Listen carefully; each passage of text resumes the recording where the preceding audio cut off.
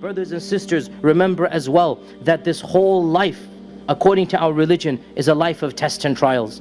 And therefore, every one of us will be tested and tried in different ways. But all of us are tested and tried. And the one major mechanism to overcome and pass those tests and trials is what? It is patience. And that is why Allah says, وَاسْتَعِينُوا بِالصَّبْرِ وَالصَّلَاةِ وَإِنَّهَا لَكَبِيرَةٌ إِلَّا عَلَى الْخَاشِعِينَ. Seek Allah's help when you face the calamities, when you have any problems. Seek Allah's help. وَاسْتَعِينُوا.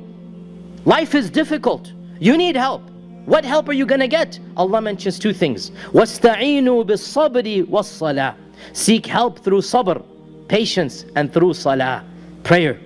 Our mother Aisha said, whenever our Prophet ﷺ was troubled with anything, whenever something bothered him, what would he do? فَزِعَ إِلَى الصَّلَاةِ. He would rush to stand in salah. Salah would make him calm. Salah would make him conquer those problems, those fears, those frustrations. So patience and salah are the two things that Allah has told us to seek help in. And also realize, my dear brothers and sisters, that beautiful verse in the Quran that Allah tells us, فَاصْبِرْ صَبْرًا جَمِيلًا. Be patient, a beautiful patience. So patience is of levels, and the highest level is a beautiful patience. And a beautiful patience is one when people don't even realize you're being patient.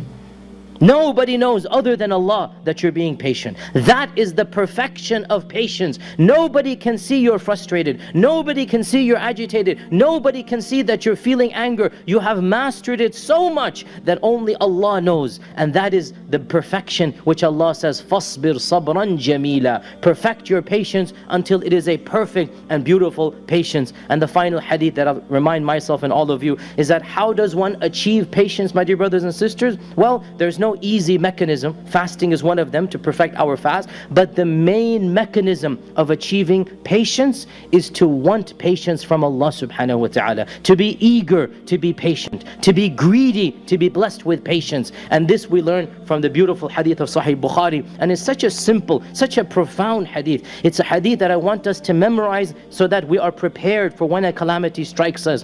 وَمَنْ يَتَصَبَّرْ يُصَبِّرْهُ اللَّهُ. وَمَنْ يَتَصَبَّرْ يُصَبِّرْهُ اللَّهُ. Whoever desires to be patient, يَتَصَبَّرْ, he actively wants to be patient. يُصَبِّرْهُ اللَّهُ. Allah Azza wa Jal will give him the patience he requires. What a beautiful hadith. There is no magic trick. There is no mechanism other than wanting to be patient.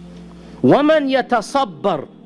When the calamity happens, you realize, you know what? I need to be patient. Oh Allah, help me to be patient. وَمَنْ يَتَصَبَّرْ. Whoever wants that sabr, يُصَبِّرْهُ اللَّهُ. Allah will give him that sabr that he or she needs and requires. It's that simple, my dear brothers and sisters. You want to be patient? Then demonstrate to Allah, show to Allah, have that desire. And guess what? Allah has promised. You want that patience, you will get it. And Allah subhanahu wa ta'ala tells us in the Quran, وَلِرَبِّكَ فَاصْبِرْ. If you are patient for your Lord, وَلِرَبِّكَ فَاصْبِرْ, then you will get it. And this is, by the way, of the first commandments that was given directly to our Prophet ﷺ by Allah.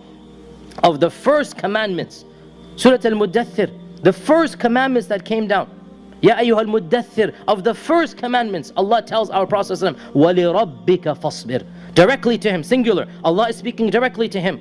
Be patient for the sake of your Lord for the rest of your life ahead. This is the advice I give myself and all of you. We need to make sure and realize that patience comes from Allah, as-sabur. You want to have sabr? Believe in as-sabur. Make dua to as-sabur. Ask Allah for that patience and realize that Allah Azza wa Jal loves you and cares about you even more than your mother. As our Prophet sallallahu alaihi wasallam said, whatever happens, happens for our best, even if we don't understand it. Let us try to master this beautiful concept, because in reality, Iman and Sabr are linked together. The one that has Iman has Sabr. The one that has no Sabr has not perfected Iman. Allahumma inni da'in fa'aminu.